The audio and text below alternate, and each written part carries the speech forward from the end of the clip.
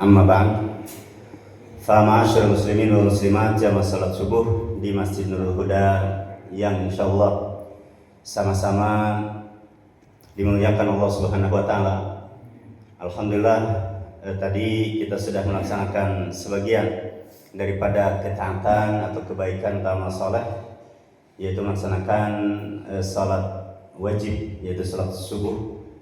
Maka mudah-mudahan baik dengan salat sunnahnya, demikian juga dengan salat subuhnya dan bermajlis ilmunya, mudah-mudahan kita mendapatkan kebaikan dan pahala dari Allah Subhanahu wa taala. Amin ya rabbal alamin.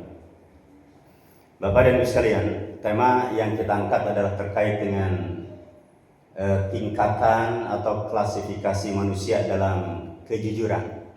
Ya, tetapi sebelum masuk ke dalam tema itu, sebagai pengantar tentunya, atau bagian pertama adalah sekarang kita masih berada di bulan Dzulqa'dah atau sudah masuk di bulan Dzulqa'dah, dan ini kita sudah berada di atau masih berada di 10 awal ya, kalau kita bagi yang menjadi 3 bagian ya, kita sekarang sudah masuk ya di awal 10 bulan Dzulqa'dah. Tepatnya tanggal berapa? Apa ada perbedaan juga nih? Ya, sebagaimana perbedaan awal Ramadan, ya kemudian akhir Ramadan, ya bahkan akhir Ramadan kemarin bisa di Indonesia ada berapa nih, Pak? Ya paling tidak ada 4. Ya ada yang misal Lebaran tanggal berapa? Yang masahinya, Pak. Ya. Kan ada yang Lebaran hari Jumat, Sabtu, Kamis, Rabu. Ini luar biasa nih. Tahun 2026 dahsyat ini. Ya, kalau yang hari Rabu itu dari Naqsyabandiyah. Ya, kemudian hari Kamis ini sebagian dari kawan-kawan dari misalnya Hizbut Tahrir. Ya, karena berkiblat karena di Afghanistan 29 hari. Ya, di Afghanistan 29 hari. Lebaran hari Kamis. Ya, yang biasanya yang ramai hanya 2 saja, ya Jumat dan Sabtu. Nah, ini sudah nambah lagi 4 ya. Ya, maka sekarang Dzulqa'dahnya tanggal berapa sekarang, Pak? 7 atau 8 ini? 4. Oh, ya, Nurul Huda pilih tanggal 7 ya. Baik, mudah-mudahan sama. Ya, mudah-mudahan nanti lebarannya Idul Adha nanti. Ya, mudah-mudahan sama itu tanggal 20. Ya, tetap tanggalnya tanggal 10 Dzulhijjah, hanya bertepatannya ya. Mudah-mudahan sama bertepatannya tanggal 27, mudah-mudahan ya 27 Mei ya 2026. Baik, Bapak dan sekalian, terkait dengan Dzulqa'dah secara ringkas, ya artinya punya. Ya, punya, memiliki. Al-Qa'dah artinya ya yang duduk-duduk. Ini Bapak-bapak ya secara umum disebut dengan Qa'dah. Ya, qa'idun, orang-orang yang duduk, dari kata qa'ada. Ya, duduk dalam arti adalah bulan untuk berduduk-duduk. Ya, bulan untuk santai-santai. Kenapa dikatakan bulan untuk santai-santai? Karena bangsa Arab dulu itu kalau bukan bulan-bulan haram, mereka perang. Ya, mereka perang antar kabilah, perang antar suku. Maka kalau sudah masuk bulan haram, Dzulqa'dah, Dzulhijjah, Muharram, tambah nanti 1 di akhir ya, antara kita pas Rajab ya, nanti di bulan Rajab. Nah, maka sekalian, ketika mereka biasa perang meninggalkan kampung halamannya, kalau sudah masuk Dzulqa'dah mereka kembali ya, mereka duduk dulu, santai dulu, narik nafas dulu ya, istirahat dulu, menyiapkan lagi perbekalan, dan sebagai satu bentuk penghormatan kepada jamaah haji yang akan berangkat. Jadi sejahat-jahatnya bangsa Arab dulu itu masih menghormati apa? Ya, menghormati orang-orang yang berangkat haji. Karena bagaimanapun ibadah haji itu kan bulannya sudah ditetapkan. Ya, yaitu ayat mengatakan al-hajju asyhuru ma'lumat. Haji itu bulannya sudah ditetapkan. Mulai kapan, Pak? Bulan-bulan haji itu dihitungnya Syawal, Dzulqa'dah, Dzulhijjah. Puncaknya di tanggal 10 Dzulhijjah itu. Ya, sehingga bulan Dzulqa'dah merupakan bulan persiapan ibadah haji. Kemudian bulan juga persiapan untuk menyongsong nanti di tanggal 10 Dzulhijjahnya. Ya, karena 10 Dzulhijjah itu termasuk hari yang paling utama, bahkan masuk dalam ayat dalam surat Al-Fajr, Pak. A'udzubillahi minasyaitonirrajim. Bismillahirrahmanirrahim. Wal fajr. Kemudian walayalin asyar. Ya, demi waktu fajar dan demi 10 malam. Ya, jadi yang 10 malam ini, kalau kemudian Ramadan misalnya yang paling utama adalah di 10 akhir, maka berbeda dengan Dzulhijjah. Ya, 10 yang paling utama yaitu di bulan Dzulhijjah, tapi di tanggal berapa? Ya, mulai dari tanggal 1, 1, 2 sampai 10. Jadi 10 hari di awal Dzulhijjah. Ya, sehingga Dzulqa'dah ini kemudian dalam arti untuk mempersiapkan diri, ya kemudian menarik nafas untuk menyongsong hari-hari itu. Ya, demikian juga kemudian apa Pak? Di bulan Dzulqa'dah juga sudah mulai persiapan untuk bagi mereka yang berkurban. Betul tidak Pak? Ya, misal panitia kurban sudah dibentuk. Ya, bahkan misal harga-harga kambing atau domba atau sapi juga sudah ya barangkali ke antar jamaah ya sudah di-share. Barangkali yang grup sapi ya. Bapak Ibu yang akan berkurban dengan sapi kan sudah ditetapkan Pak ya, yang tipe A, tipe B, ya kemudian juga dengan kambing dan seterusnya. Bahkan di jalanan sekarang sudah mulai banyak, ya sudah mulai banyak hewan-hewan kurban, ya yang untuk siap untuk diperjualbelikan. Nah, laku lihat hadirin sekalian, yang dimuliakan Allah Subhanahu Wa Taala, yang kemudian tentunya ya persiapan bulan haji, ya untuk menyongsong bulan haji, dan ini di Indonesia sendiri. Ya mungkin kloter pertama sudah berangkat Pak ya. Kalau tidak salah mereka masuk di asrama haji tanggal 21. Ya, kemudian di asrama di sama Islamic Center Bekasi ya sana. Ya di tanggal 21, kemudian take off tanggal 22. Di sini ada yang berangkat Pak? Ada di sini. Sudah berangkat?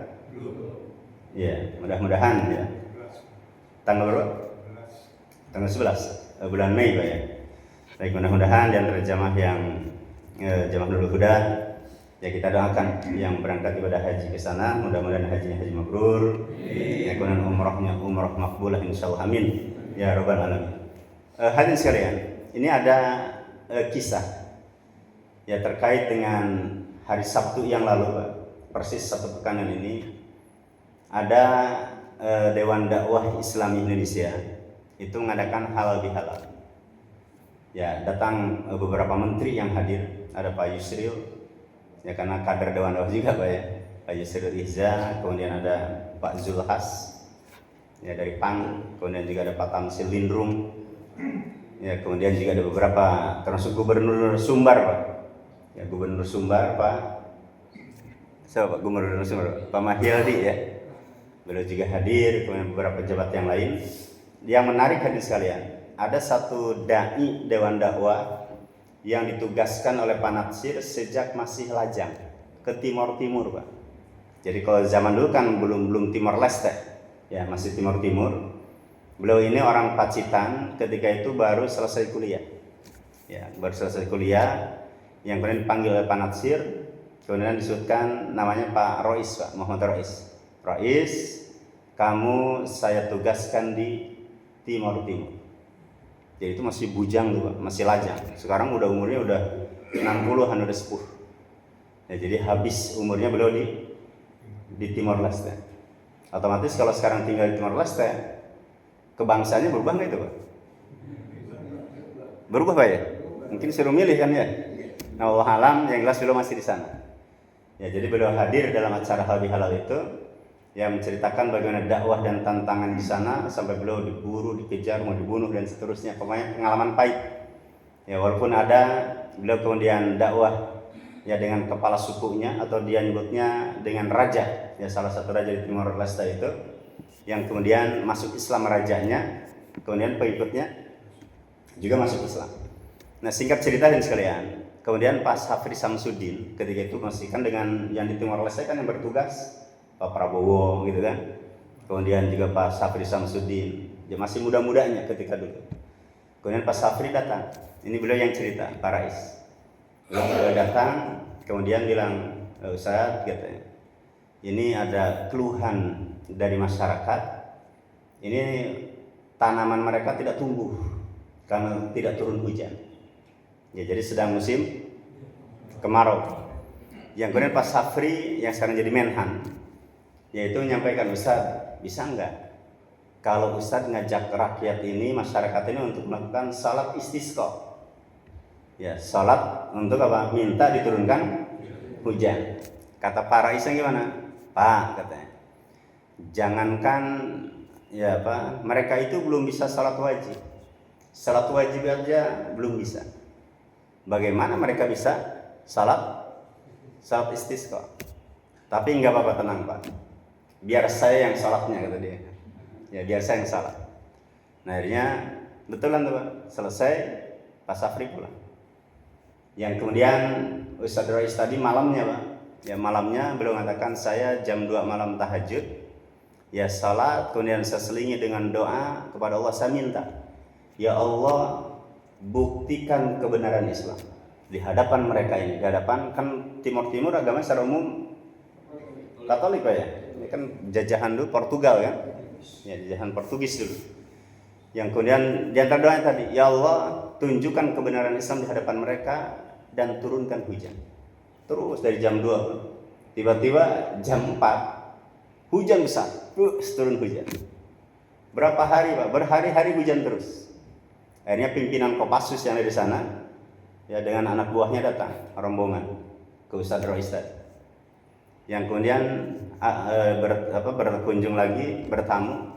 Yang kemudian Ustadz, ya disebutkan oleh Ustadz Rais, ada apa lagi Pak, katanya. Kan Pak Safri dulu Kopassus juga Pak.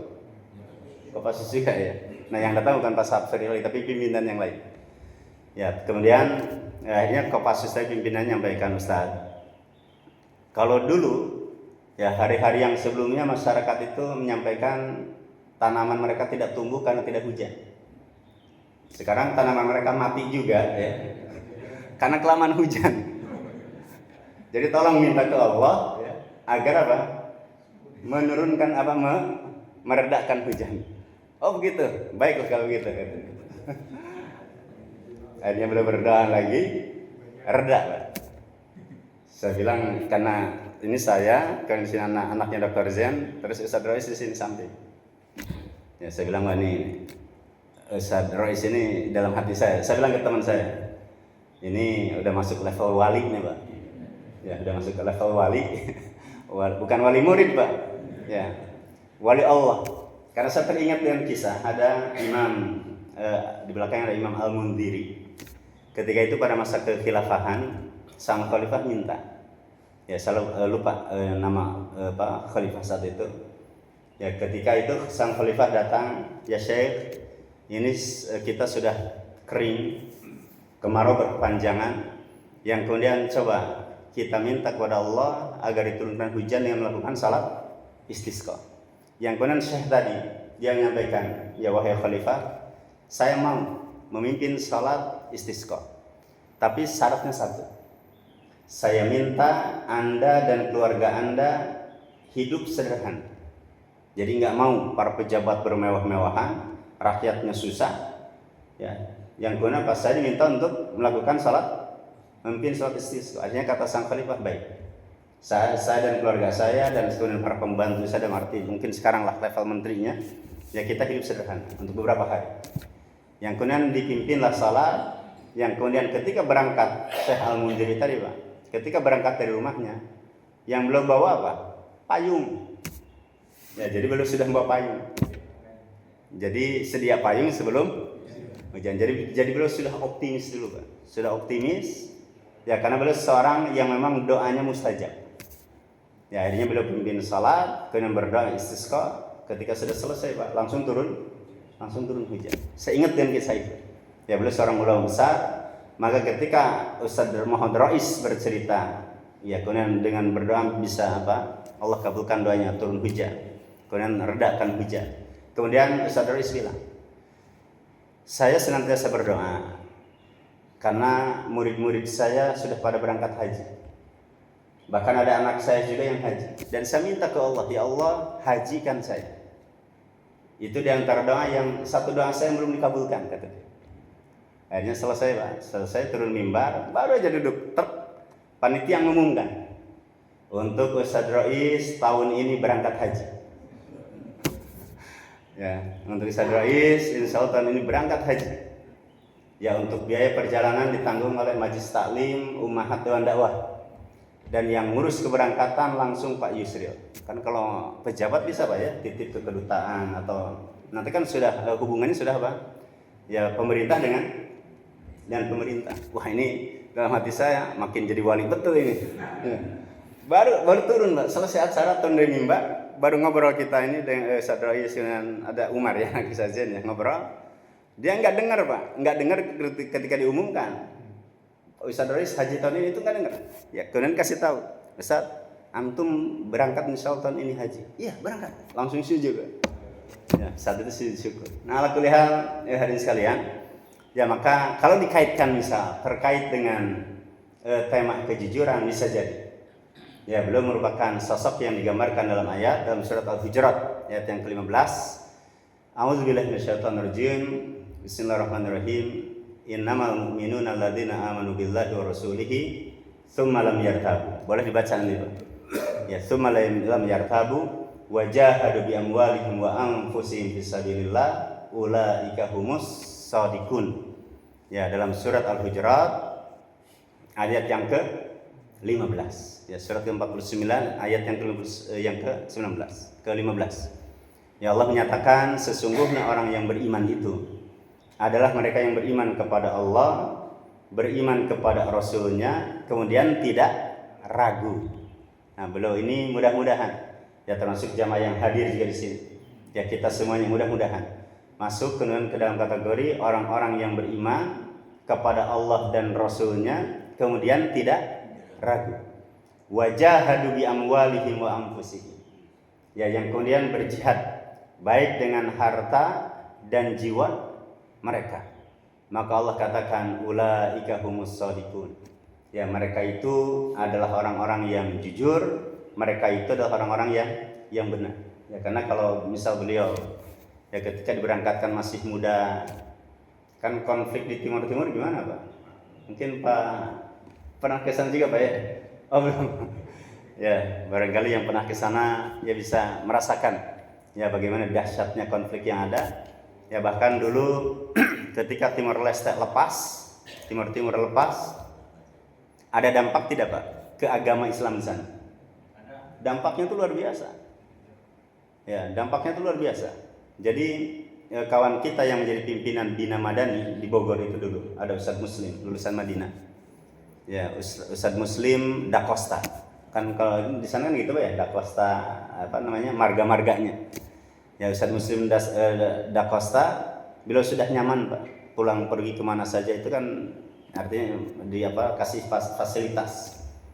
Ya pimpinan Muslim pesantren Bina Madani itu kan dengan Allah yarham dan Ustadz Alam, Senior Alam itu satu kelas itu Pak.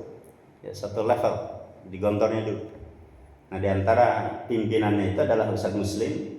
Ya, yang kemudian beliau tinggalkan Indonesia. Ya, tinggalkan Indonesia dengan segala kenyamanannya. Kemudian beliau dakwah kembali ke Timor Leste lagi, Pak. Beliau yang bercerita.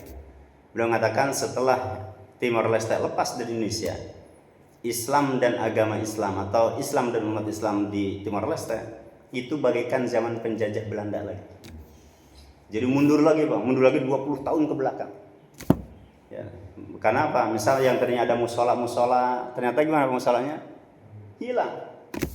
Ya, sehingga beliau mengatakan ketika dulu ya pertemuan yang bulan-bulan tahun-tahun yang ketika Timor Leste sudah lepas, ya Ustadz Muslim menyatakan musola, ya masjid yang masih berdiri di antaranya apa? Yang masih kegiatannya ada Masjid An-Nur yang di Dili berarti Pak ya, Masjid An-Nur. Kemudian yang tersisa tinggal 10 totalnya. Ya, musola itu sedikit sekali. Nah termasuk yang tadi yang bisa dilakukan oleh Ustadz Muhammad Rois, ya beliau dakwah di pelosok, ya dakwah di pelosok, yang kemudian juga beliau menikah, ya harus menikah dengan orang, ya dengan orang sana, ya menikah dengan orang sana. Baik hadirin sekalian, kalau kemudian terkait dengan orang-orang yang jujur, maka di level yang pertama dan ini level yang paling mulia adalah al-mu'minus shadiq. Ya mereka yang beriman dan mereka yang kemudian jujur. Nah, di antara contoh hadirin sekalian, ini perlu kita luruskan juga. Ya, saya yakinlah, saya husnudzan di masjid ini, ya mungkin kisah tentang sahabat yang tertuduh, kan ada nih Pak, ada sahabat yang dituduh munafik. Ya, bahkan kisahnya beredar di masyarakat. Sekitar 5 hari yang lalu, ya saya berada dalam kendaraan, saya putar radio, salah satu radio dakwah, saya tidak usah menyebutkan. Ya, salah satu radio dakwah menyebutkan kisah tentang Tha'labah. Pernah dengar Pak? Tha'labah. Ya, jadi kalau dalam bahasa Arab itu suka disebutkan Tha'labah mani'uz zakat. Ya, Tha'labah seorang yang menolak zakat. Mungkin sampai kepada kita cerita, ya Tha'labah seorang yang miskin, kalau sholat berjamaah suka di barisan depan, Pak. Barisan depan. Assalamualaikum, assalamualaikum. Rasul dan para sahabat selesai, Tha'labah langsung pulang. Ya, kemudian ditanya oleh Rasul, Tha'labah buru-buru amat, mau ngapain? Ya, yang kemudian Tha'labah mengatakan, ya Rasulullah, sarung atau kain yang saya pakai ini sudah ditunggu oleh istri saya. Ya, sehingga coba ya Rasul, kalau begitu doakan saya biar saya kaya. Nabi tidak mau, Nabi diam. Hari kedua begitu, hari ketiga juga begitu. Ketika Rasul diminta untuk mendoakan di hari ketiga, Rasul mau. Ya, mendoakan, ya intinya adalah ya Allah kayakan Tha'labah. Sambil dikasih modal Pak, dikasih bekal, yaitu seekor kambing. Pulanglah Tha'labah. Kemudian kambing yang satu kemudian berikutnya melahirkan, beranak pinak banyak, sampai kemudian Tha'labah yang tadinya berada di barisan terdepan, mulai barisan belakang, sibuk. Kemudian ketika kambingnya sudah banyak, kemudian khawatir mengganggu penduduk Madinah, akhirnya apa? Ya, kambing dibawa keluar Madinah. Akhirnya Tha'labah sudah tidak lagi berangkat ke masjid. Yang kemudian hadirin sekalian datang ketika Rasul bertanya, mana Tha'labah? Kok sudah tidak pernah kelihatan lagi hidungnya? Ya, kemudian ya Rasulullah, Tha'labah sudah sibuk dengan kambingnya. Akhirnya kata Nabi, coba kamu berangkat, kemudian pungut atau ambil zakatnya. Ya, ini berangkatlah sahabat, dan Tha'labah ketika diminta zakat kemudian menolak, tidak mau. Ya, tidak mau, yang kemudian akhirnya sampai beritanya kepada Rasul, ya Rasulullah, Tha'labah sudah tidak mau zakat. Ya, dia menolak zakat. Akhirnya dikirim lagi sahabat yang lain, ya datang sahabat yang lain menyampaikan ke Tha'labah, wahai Tha'labah, apakah kamu tidak ingat? Dulu kamu miskin, kamu juga diberi modal oleh Rasul. Kenapa kamu menolak zakat? Kalau bahasa kita apa Pak? Jangan menjadi kacang lupa kulitnya. Betul Pak istilah itu ya? Ya, jadi jangan lupa kulitnya. Yang kemudian Tha'labah tersentuh hatinya, datanglah tergopoh-gopoh ke hadapan Rasul, ya, dan mengatakan, Rasulullah, saya serahkan zakat saya. Oleh Rasul diterima tidak Pak? Tidak diterima. Hadirin sekalian, yang dimuliakan Allah Subhanahu wa taala, kemudian muncullah stigma Tha'labah itu munafik. Nah, ini harus diluruskan. Ya, kisah itu adalah kisah yang tidak benar. Ya, justru yang namanya Tha'labah Bapak Ibu sekalian. Ya, yang namanya Tha'labah itu kalau diumpamakan nih Pak. Diumpamakan di masjid ini tidak ada yang namanya Anung Al-Hamad kecuali hanya satu. Yang namanya Tha'labah, ya Tha'labah bin Hatib Al-Ansari. Zaman Nabi itu hanya satu Pak. Ibnu Hajar, Imam Al-Alusi, kemudian Imam Zahabi, para ulama besar dulu, mereka menyatakan yang namanya Tha'labah bin Hatib Al-Ansari orangnya hanya satu, enggak ada lagi. Yaitu siapa?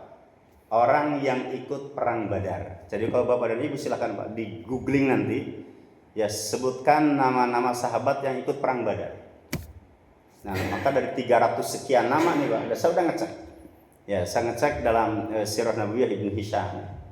Ya, nanti di antara 300 sekian nama sahabat Pak, ada namanya Tha'labah bin Hatib Al-Ansari, orang yang ikut perang Badar. Ketika orang itu ikut perang Badar, Bapak Ibu sekalian, apa yang dikatakan Allah dalam hadis riwayat Imam Muslim, Allah dalam hadis qudsi, ya Rasulullah menyatakan i'malu ma syi'tum. Jadi Rasul bersabda, Allah berfirman, ya i'malu ma syi'tum faqad ghafartu lakum. Wahai orang-orang yang pernah ikut perang Badar, lakukan apa yang ingin kamu lakukan, sesungguhnya dosa kalian sudah diampuni. Jadi mau melakukan apa saja nih Pak, kalau itu ada kesalahan, Allah sudah ampuni. Dan firman Allah tadi yang disabdakan Rasul itu terkait dengan sahabat yang lain, yaitu apa? Hatib, namanya Hatib ya. Hatib bin Abi Balta'ah. Ya, tapi nanti kita lihat. Intinya adalah orang-orang yang sudah ikut perang Badar, Pak. Tidak mungkin disebut munafik. Ya, tidak mungkin menjadi orang munafik, tidak mungkin disebut munafik. Dan yang namanya Sa'labah bin Hatib Al-Ansari hanya satu-satunya, itu apa? Orang yang pernah ikut perang Badar. Enggak ada lagi nama Sa'labah lain, Pak. Enggak ada dalam sejarahnya. Sa'labah itu apa? Salat di depan, lama-lama di belakang, lama-lama tidak salat, sibuk dengan ternaknya, kemudian menolak zakat. Nama Sa'labah itu enggak ada yang begitu. Ya, yang kedua hadirin sekalian, adalah sabda Nabi yang menyatakan dengan ungkapan ya, la yalijun nar ahadun syahida badran. Ya, Nabi kita menyatakan tidak akan pernah masuk neraka orang yang pernah ikut perang Badar. Misalnya Pak, oke lah kita terima. Sa'labah itu seperti itu dalam riwayat yang tadi. Ya, kemudian kita kaitkan dengan hadis-hadis yang tadi, Pak.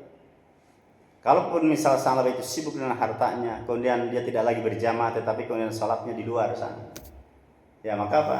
Bisa terkena dengan hadis yang tadi. Dosanya sudah diampuni, tapi sayang, riwayat yang menggambarkan Sa'labah itu seorang munafik, riwayatnya apa? Itu tidak valid. Ya, riwayatnya lemah atau bahkan palsu. Ya, riwayatnya lemah bahkan palsu. Kenapa dikatakan lemah dan palsu? Karena hadis-hadis yang sahih adalah tadi, ya, terkait dengan keutamaan orang yang pernah ikut perang Badar. Ya, belum lagi nanti ayat nih Pak, wasabiqunal awwalun ya minal muhajirin wal ansar. Ya, jadi orang-orang generasi pertama dari kalangan Islam yang kemudian para sahabat Rasul, baik dari kalangan Ansar, baik dari kalangan Muhajirin dan Ansar, ya, dan generasi sesudahnya, semuanya Bapak, Allah telah meridhoi mereka. Ya, Allah ridho kepada mereka. Yang kemudian juga apa? Mereka ridho kepada Allah. Kemudian dosanya diampuni dan tempat tinggalnya di hari akhir apa Pak? Surga.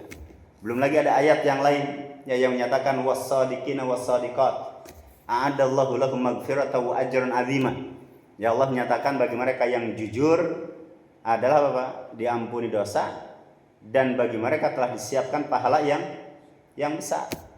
Ya, maka ketika kemudian kita membaca ini, termasuk tadi ya, ketika saya di kendaraan menyimak ya seorang ustadz, seorang kiai ceramah dengan menggebu-gebu, yang kemudian menceritakan tentang Sa'labah berubah menjadi munafik, ini bahaya nih Pak. Ya, karena kaitannya dengan apa? Kita berarti apa? Kita ikut-ikutan mencela sahabat Rasul. Ya, padahal beliau adalah orang yang mulia, orang yang jujur, orang yang beriman, orang yang perang ikut Badar. Dan nanti kalau Bapak dan Ibu baca biografi Sa'labah bin Hatib Al-Ansari, beliau adalah orang yang ikut perang Uhud. Jadi selesai perang Badar, nanti kan ada perang berikutnya Pak, yaitu perang Uhud. Silahkan Bapak nanti dicek ya, 70 sahabat Rasul yang gugur dalam perang Uhud, salah satunya Pak Sa'labah. Ya, jadi bagaimana bisa kok ada cerita ya, ada cerita namanya Sa'labah, kemudian yang tadinya beriman kemudian berubah setelah kaya menjadi munafik, tidak mau zakat dan seterusnya. Sa'labah itu udah enggak sempat lagi Pak. Ya, sudah tidak sempat lagi dengan fase-fase itu. Jadi hidup beliau sudah habis ya untuk apa? Untuk dakwah Islam, sudah habis untuk perjuangan Islam, sudah habis untuk berjuang berjihad di jalan Allah, ikut perang Badar dan perang Uhud. Ini kan orang-orang pilihan semua nih Pak. Ya, orang-orang pilihan. Maka di antara 70 yang gugur dalam perang Uhud, kita akan temukan sosok yang bernama Sa'labah bin Hatib. Jadi pertanyaannya, Sa'labah yang munafik itu yang mana? Kita sampaikan, enggak ada lagi namanya Sa'labah bin Hatib kecuali hanya satu. Terus Sa'labah yang mana? Ya, jadi kalau ini Pak Sugeng yang mana? Ya kan enggak ada lagi nama Pak Sugeng yang dulunya di Telkom kecuali hanya ya, hanya beliau. Kan enggak ada lagi. Nah, kuliah hadis sekalian yang dimuliakan Allah Subhanahu wa taala, kita hati-hati ya menjaga lisan kita, karena khawatir juga. Ya, misal dalam hadis riwayat Imam Bukhari, ya Nabi kita mengatakan hubbul ansar minal iman. Itu hadis sahih riwayat Imam Bukhari. Wa bughdul ansar minan nifaq. Ya, jadi siapa saja yang benci kepada orang Ansar, maka bencinya kepada orang Ansar itu adalah bagian daripada kemunafikan. Beriman, betul ya. Jadi beriman dulu. Beriman atau mencintai, mencintai orang Ansar bagian daripada keimanan. Dan benci kepada orang Ansar, sahabat Ansar, adalah bagian daripada kemunafikan. Jadi kalau Bapak dan Ibu kemudian membaca riwayat yang tadi, kisah yang tadi Pak, menggambarkan Sa'labah itu seorang yang ya jahat, durhaka, kemudian tidak tahu balas budi. Itu kan bisa jadi apa? Tertanam dalam jiwa kita benci kepada Sa'labah, padahal beliau seorang kalangan Ansar. Ya, orang yang ikut perang Badar, orang yang kemudian gugur dalam perang Uhud. Maka ini bahaya, ya rawan. Ya, maka ada buku yang bagus, saya tidak tahu sudah terjemah atau belum. Ya, terkait dengan Sa'labah ini ada judulnya Sa'labah Sahabiyun Muftara Alaih. Ya, jadi Sa'labah itu seorang sahabat Rasul yang tertuduh, yang terfitnah. Ya kan dituduhnya apa? Ya kan dengan beragam tuduhan. Ya padahal semuanya itu tidak benar, maka bisa dipastikan hadis sekalian. Ketika terkait dengan tema kejujuran, maka Sa'labah berada di urutan yang pertama tadi. Ya, seorang mukmin, kemudian seorang yang jujur. Ya, ini mirip dengan sahabat yang sebelumnya nih Pak. Ya, terlihat seperti orang munafik tapi bukan orang munafik. Yaitu siapa? Hatib tadi. Ya, Hatib bin Abi Balta'a. Di sini ada sirah Nabi Pak. Ada kajian sirah? Oh, ada ya. Baik, nanti ketika kemudian akan Fathu Makkah, ya akan penaklukan kota Makkah. Nabi kan memberitahu Pak kepada ring dekatnya. Ya kalau ring dekat itu sebenarnya ring A gitu atau ring 1 ya. Kepada ring 1-nya kita akan taklukkan Mekah. Kita akan serbu Mekah, kita taklukkan Mekah. Yang disebut dengan Fathu Makkah. Nah, ada sahabat yang mulia, Hatib bin Abi Balta'a mendengar. Beliau mendengar dan membayangkan nih Pak, kalau Mekah diserang Rasul, bagaimana dengan keluarga saya? Siapa yang akan melindungi keluarga saya nanti? Maka saya akan ngasih tahu. Ya, saya akan kasih ke keluarga saya kirim surat. Hatib ngirim surat Pak, ditulis surat menyampaikan ke keluarganya bahwasanya dalam waktu yang terdekat atau dalam waktu dekat Rasul akan menyerang Mekah. Untuk memberitahu keluarga. Maka dititipkan ke siapa Pak? Surat itu dititipkan ke seorang perempuan. Nah, ini hebat juga nih Hatib nih Pak. Ya, mengambil kurir itu yang kira-kira apa? Kayaknya nggak mungkin orang itu jadi kurir. Ya, seorang perempuan, jadi agen begitu Pak ya. Agen ini seorang perempuan.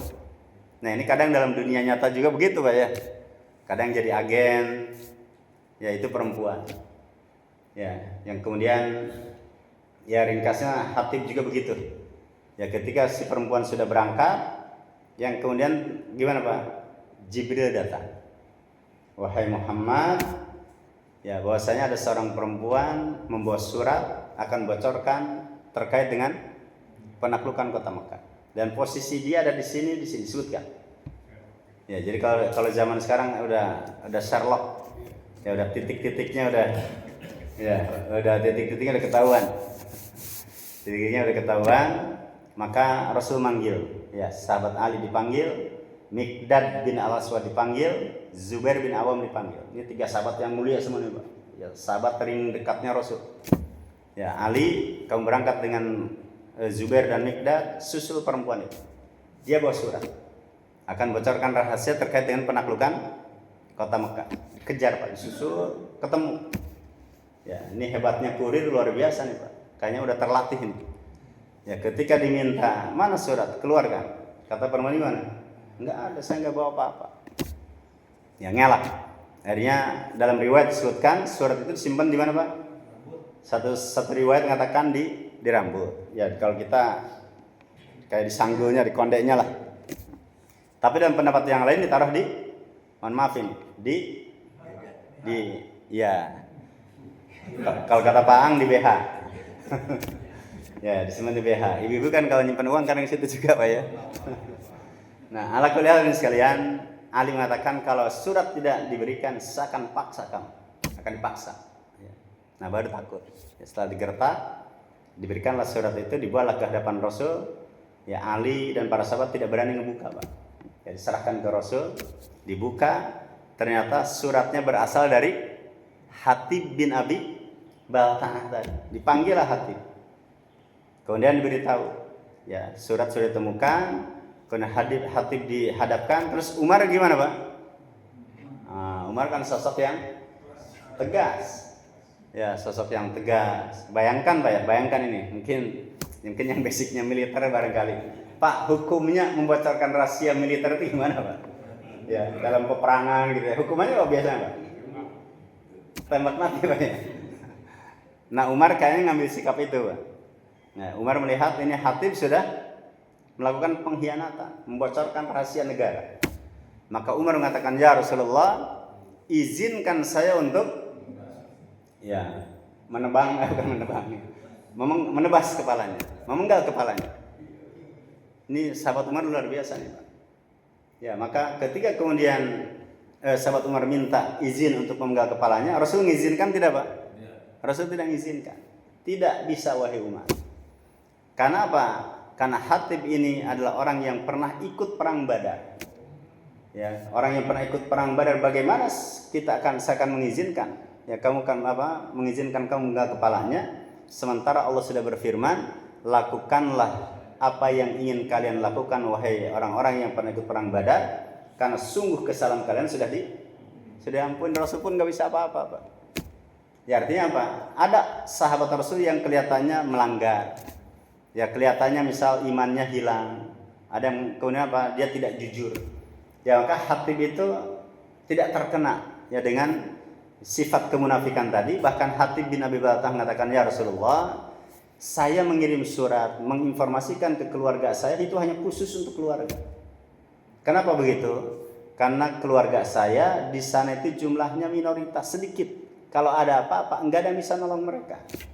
Kalau ada apa-apa, mereka tidak dapat bantuan dari yang lainnya. Kan kalau di sana kan misalnya berkabilah-kabilah, Pak ya, marga-marga atau fam begitu, yang Hatib bin Abi Balta'ah itu sedikit jumlahnya.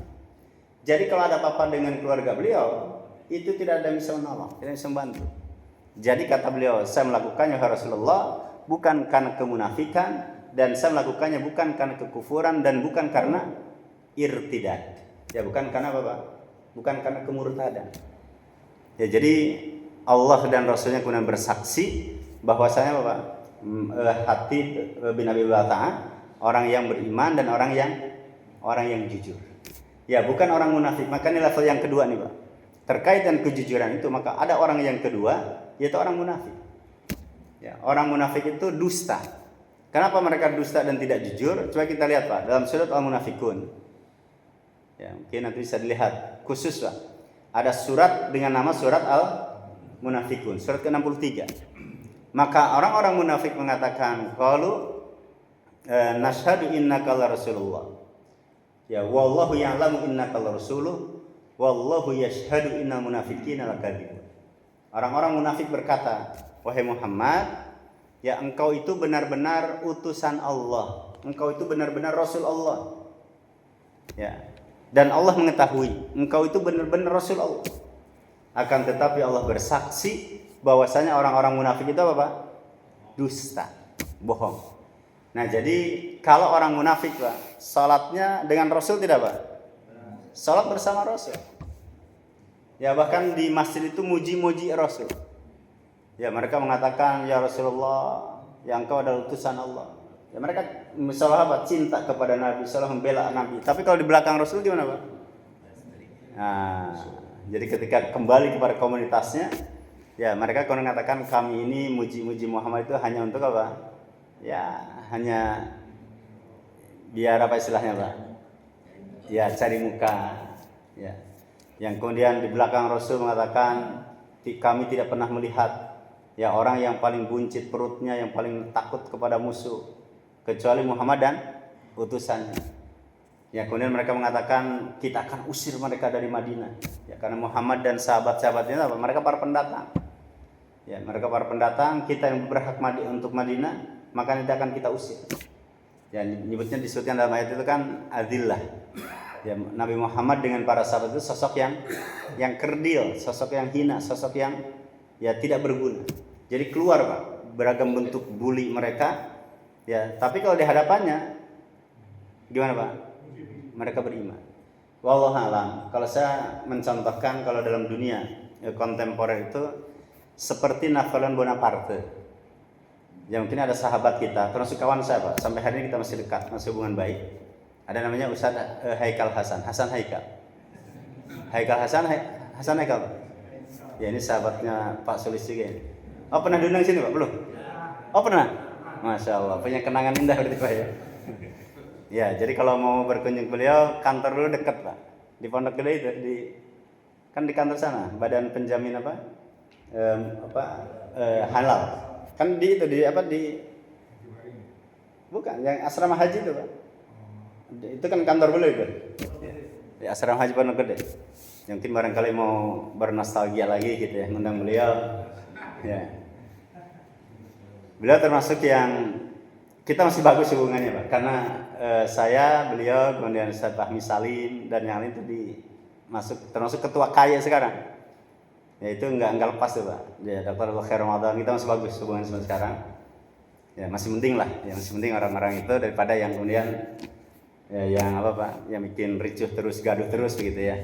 Baik, nah maka sekalian, ketika kemudian saya nyampe kemana tadi Pak? Jadi putus ini, suka nge-lag ini. Oh yang munafik ya. Ya jadi ada larinya gara-gara ke Ustaz Hasan Haikal kali ini lupa. Tapi saya tidak bicarakan yang buruknya kan, tidak ada ya.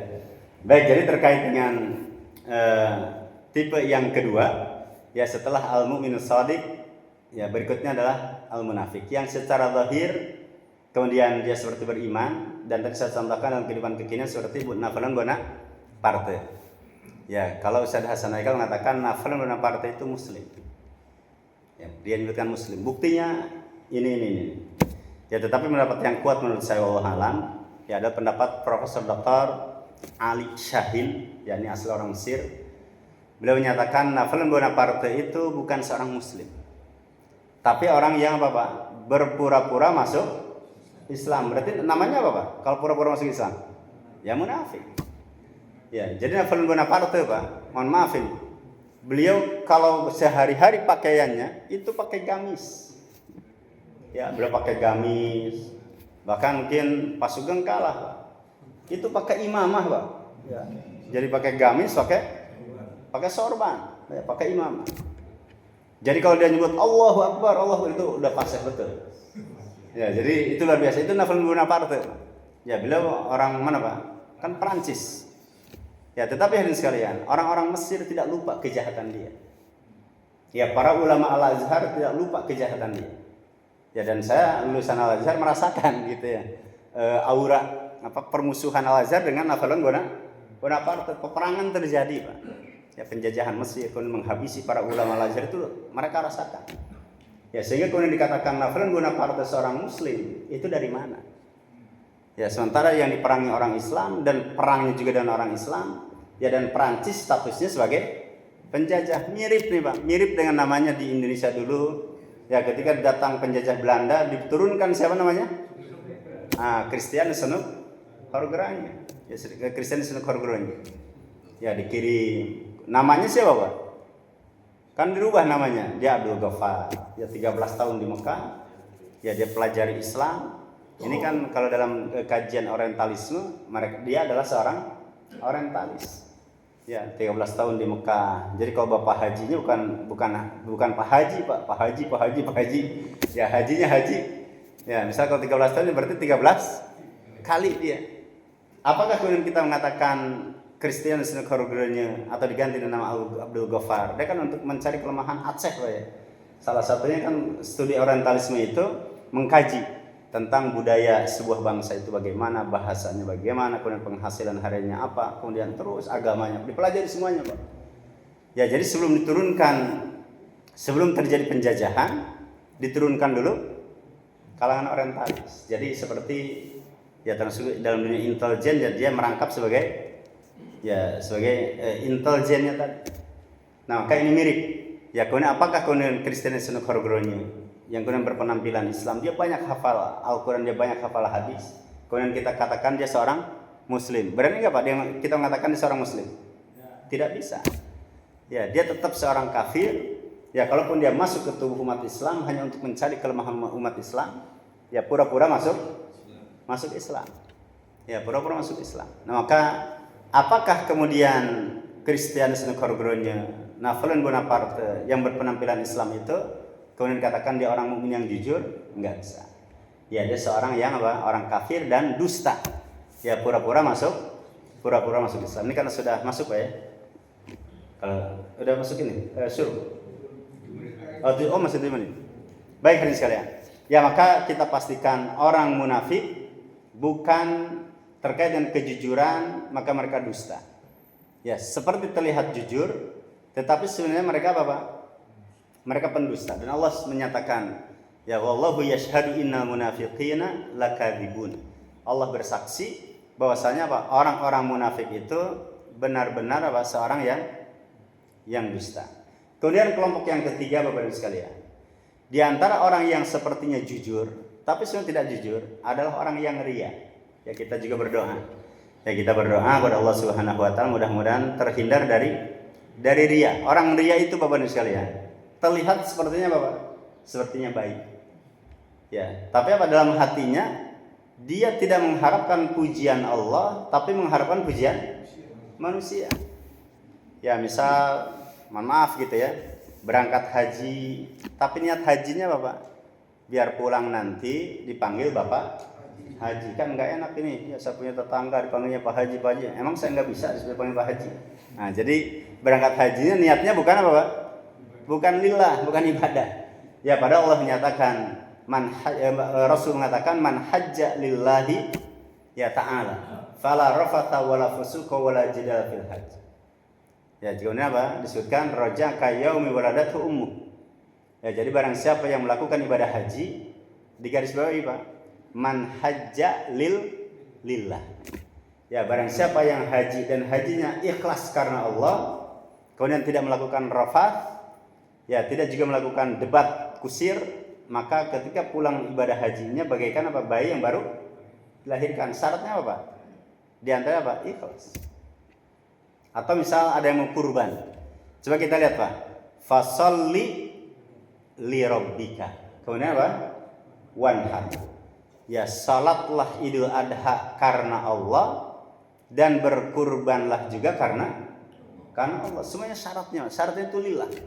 Ya, syaratnya karena Allah. Atau misal ayat yang sudah nggak asing lagi Pak. Kul inna salati. Terus wa nusuki. Terus wa mamati wa mahyaya wa mamati, kemudian apa? Lillahi, langsung lillahi rabbil alamin. Ya, jadi ibadahku, katakan semuanya salatku, ibadah kurbanku, kemudian hidup dan matiku semuanya apa? Lillah. Semuanya untuk Allah, termasuk dakwahnya juga demikian. Ya, lillahi ta'ala itu apa? Ikhlas karena Allah. Maka orang yang kemudian ria itu terlihatnya balik Pak, terlihatnya soleh begitu. Ya, tetapi sebenarnya apa? Ya, dia ria. Ya, termasuk misal kalau kurbannya, ya misal, aduh kita malu, masa kita nggak kurban? Malulah sama orang. Berarti malunya malah sama orang, bukan sama Allah. Ya, padahal kurban itu wallahu alam nih Pak. Nanti kalau lari ke fikih, kurban itu pendapat yang kuat itu tidak wajib bagi yang kaya. Ya, jadi pendapat yang kuat, ibadah kurban itu meskipun kaya raya orangnya, kalau dia tidak kurban, dosa tidak Pak? Memang ada silang pendapat. Ya, bagi orang kaya kurban itu ada yang berpendapat apa? Wajib. Tapi ulama yang lain, mayoritas para ulama mengatakan bukan wajib, tapi apa? Sunnah muakkadah. Kalau yang nggak mampu nggak usah dipaksakan. Kita bicara yang mampu. Ya, maka bagi yang mampu ada ulama yang mengatakan wajib, tapi jumhur mengatakan apa? Sunnah muakkadah. Kenapa sunnah muakkadah? Abu Bakar apakah tiap tahun kurban? Tidak tiap tahun. Apakah belum miskin? Enggak juga, belum kaya. Umar bin Khattab apakah tiap tahun kurban? Juga kadang tidak kurban. Apakah belum miskin? Belum kaya raya. Ya, maka pendapat yang kuat hadirin sekalian, ya kurban itu ada apa? Bagi yang mampu hukumnya ya sunnah yang muakkadah yang ditekankan. Tetapi ingat, ya hendaknya apa? Lillahi ta'ala. Ya murni karena Allah Subhanahu wa taala. Walaupun ada nih Pak, ada orang yang kurbannya ikhlas, rela, ridho, ya bahkan dia langsung kurban dengan seekor sapi, seekor kerbau, kemudian kambing, domba. Dia ikhlas Pak, dia senang kalau berkurban begitu. Tapi diperuntukannya bukan untuk Allah Pak, ya diperuntukannya untuk Nyi Roro Kidul. Ya, itu kan ikhlas tuh orang-orang tuh. Ya. Ada yang di Sukabumi di pantai apa namanya Sukabumi Pak? Pelabuhan Ratu ya. Di Pelabuhan Ratu kan ada tuh Pak, ada ritual ngelarung bahasa ininya. Ya mereka nyembelih bahkan apa? Bismillah, disembelih nama Allah Pak. Tapi bukan lillah. Ya bukan untuk Allah, dipersembahkannya untuk berhala. Ya untuk penguasa Laut Pantai Selatan, Nyi Roro Kidul, atau kemudian Nyi Blorong, ya atau mungkin ada Nyi Iteng barangkali ya. Ya diperuntukannya bukan untuk Allah. Kira-kira nih Pak, sembelihannya baca bismillah tapi diperuntukkan untuk berhala, boleh nggak dimakan? Nggak boleh. Ya di antara bentuk daging yang haram dimakan itu ada dua Pak, di antara bentuknya. Yang pertama wa ma dzubiha 'alan nusub, ya dalam ayat disebutkan, yaitu yang disembelih diperuntukkan untuk berhala, ya untuk lautan, untuk tadi ya para atau termasuk misal jalan tol Cipularang dulu longsor. Nah, kemudian orang-orang bilang itu gara-gara belum ditanam kepala kerbau. Ya, itu yang nyembelihnya Pak. Saya yakin Pak, itu yang nyembelihnya bisa jadi ustaz, bisa jadi kiai, dia nyebut bismillah, tapi diperuntukannya untuk jin, ya untuk berhala. Ya maka wa madzubiha nusuk. Yang kedua Pak, dalam ayat disebutkan wala taqulu mimma lam yuzkar ismullahi alaihi. Tidak boleh kalian kata Allah memakan daging yang tidak menyebut nama Allah. Kalau yang tadi Pak, ikhlas karena Allah, ya, tapi diperuntukkan untuk berhala. Nyembelihnya disebut nama Allah, tapi diperuntukkan untuk berhala. Berbeda dengan yang kedua, Pak. Ya, yaitu apa? Disembelihnya tidak nyebut nama Allah. Disebutkan misal Bismi Al-Masih, ya dengan menyebut nama Al-Masih, atau dengan Bismi Syekh Abdul Qadir Jailani, ya atau dengan Bismi Syekh An-Nawawi Al-Bantani misal. Ya, boleh nggak Pak nyebut nama tokoh-tokoh itu dengan ketika menyembelih dengan menyebut nama Syekh Nawawi Al-Bantani, langsung sembelih. Boleh nggak Pak? Kita makan dagingnya? Haram. Tidak boleh. Ya, maka dua bentuk daging tadi termasuk yang diharamkan. Ya, nah ala kuliahan sekalian, maka yang riya itu dari sisi kejujuran mereka tidak jujur. Ya tentunya yang tahu memang hanya Allah Subhanahu wa taala. Ya demikian juga yang ketiga nih Pak. Yang keempat adalah yang melakukan penyimpangan dalam agama atau disebut dengan yang melakukan bid'ah. Ya, berarti penyimpangan dalam agama. Ya misal meyakini gitu ya, misal adalah ya dulu di bulan Syawal, ya ada orang yang meyakini bulan Syawal bulan apa Pak? Bulan sial. Ya tidak boleh nikah, tidak boleh. Sudah habis ya. Baik, itu yang keempat, ya yaitu kita runut Pak ya. Yang terakhir kita simpulkan manusia dalam kejujuran itu yang pertama adalah orang mukmin yang jujur, yang kedua yang munafik, kedua yang riya, yang kemudian yang ketiga adalah yang melakukan penyimpangan dalam agama, yang kemudian yang terakhir adalah orang musyrik. Ya orang yang bersekutukan Allah, baik Yahudi maupun Nasara, ya semuanya mereka kalau ditanya pasti Pak, mereka mengatakan apa? Kami mengesahkan Allah, kami mentauhidkan Allah. Ya bahkan orang kafir kalau ditanya siapa yang menciptakan langit dan bumi, jawabannya siapa Pak? Allah. Tapi mereka tetap musyrik. Ya mereka tetap musyrik, mereka keimanan kepada Allah adalah dusta. Ya dan termasuk tidak jujur di hadapan Allah Subhanahu wa taala. Maka mudah-mudahan ya di kajian pagi hari ini kita tentunya berharap mudah-mudahan kemudian dimasukkan ke dalam kategori ya as-shadiqin was-shadiqat, ya mereka yang jujur, dan mudah-mudahan segala kesalahan kita, kekhilafan kita dan dosa kita diampuni oleh Allah Subhanahu wa taala. Amin ya rabbal alamin. Demikian kajian kita di pagi hari ini. Saya tidak tahu apakah ada atau cukup ya. Ini di sebelah kanan saya mewakili suara mayoritas ini. Kita dahulukan barisan sebelah kanan, Mbak. Ya kita cukupkan, dari saya cukupkan dan saya kembalikan nanti kepada Bapak Sugeng ya untuk menutupnya. Wa'alaikum wassalamualaikum warahmatullahi wabarakatuh.